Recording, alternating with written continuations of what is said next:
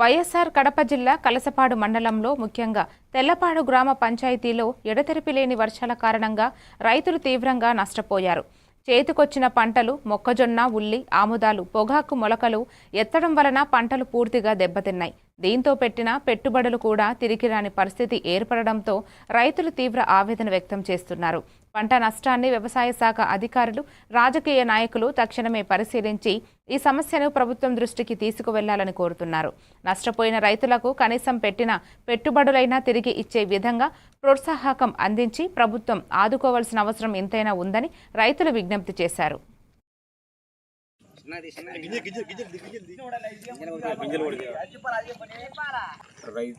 మొక్కజొన్న రైతులైతేనేమి, ఉల్లిగడ్డల రైతులైతేనేమి, ఆముదాలు రైతులైతేనేమి, వరి రైతులైతేనేమి కోసి కలసపాడు మండలము తెల్లవాడు పంచాయతీలోని రైతులము మా వినపి, మేము 4 నెలలకు పంట వేసినాము. మొక్కజొన్న, ఉల్లిగడ్డలు, ఆంద్యాలు, వరి ఎన్ని వేసినాము.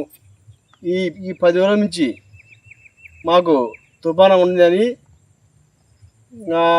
వారం నుంచి మాకు కళాలు ఆరేసుకున్నాము. కావున మా ఆంద్యాల గింజలు, ఉల్లిగడ్డలు, మొక్కజొన్న విత్తనాలు మొత్తం కలంలోనే నానిపోయినాయి.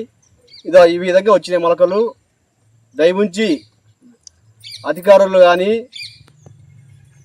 మాకు స్పందించి మా గిట్టుబాటు ధర వచ్చేట్టు చూడాలని మాకు ప్రభుత్వం వారు సహాయం చేయాలని కోరుతున్నాము. లేకుంటే మేము ఆత్మహత్యలకు పాల్పడతాము. కావున మా దయవుంచి మాకు ఎంత మనిషికి 1.5 ఎకరం భూమి ఉంది.